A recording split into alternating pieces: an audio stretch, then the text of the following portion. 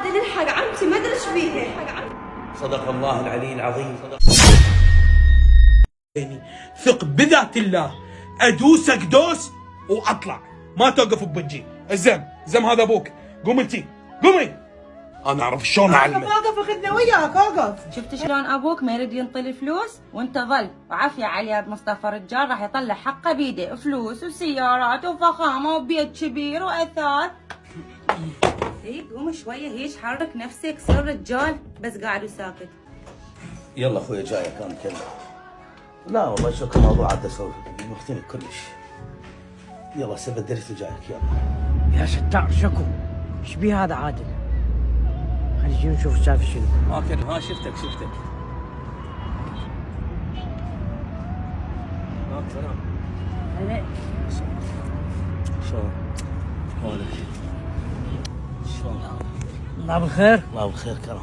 شلونك صحتك؟ شو اخبارك؟ حجي ايش اخبارها؟ شو اروح لك يا اخوي؟ خير اخوي، قلقتني شكو. والله يا اخوي يا كريم متف علي من بان وبنى.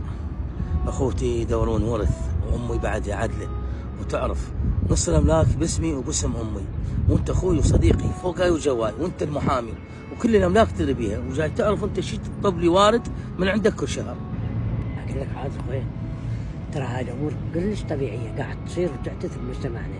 صح الوالد موجود وولده يطالبون بورث، الام موجوده وولدها يطالبون بورث، هاي يعني موجودات هاي الحالات سلبيه، اعتبرها سلبيه.